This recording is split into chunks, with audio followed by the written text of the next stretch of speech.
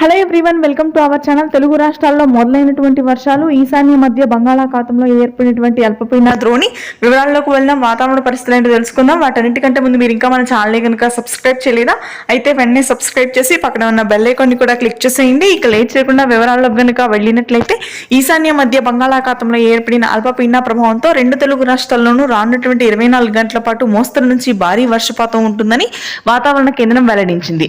ముఖ్యంగా గుంటూరు, కృష్ణా, తూర్పుగోదావరి, పశ్చిమ గోదావరి, ప్రకాశం జిల్లాల్లో అత్యధికంగా వర్షాలు నమోదు కానున్నాయి.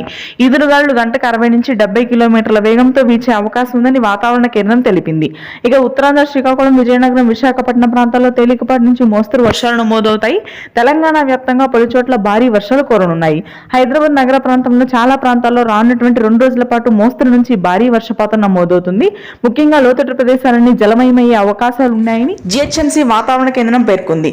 ఇక ఉత్తర తెలంగాణలోని నిజామాబాద్, ఆదిలాబాద్, మేడ్చల్, మంచిర్యాల, రాజన్న సిరిసిల్ల, నల్గొండ, కరీంనగర్, వరంగల్, భద్రాద్రి కొత్తగూడెం జిల్లాల్లో మోస్తరు వర్షాలు నమోదు కానున్నాయి. అల్పపీడన ప్రభావం మరింతగా బలపడితే దక్షిణ కోస్తా జిల్లాల్లో కూడా భారీ వర్షాలు కురుస్తాయి. ఇది ప్రస్తుతానికి ఉన్న వెదర్ అప్డేట్. Thank you.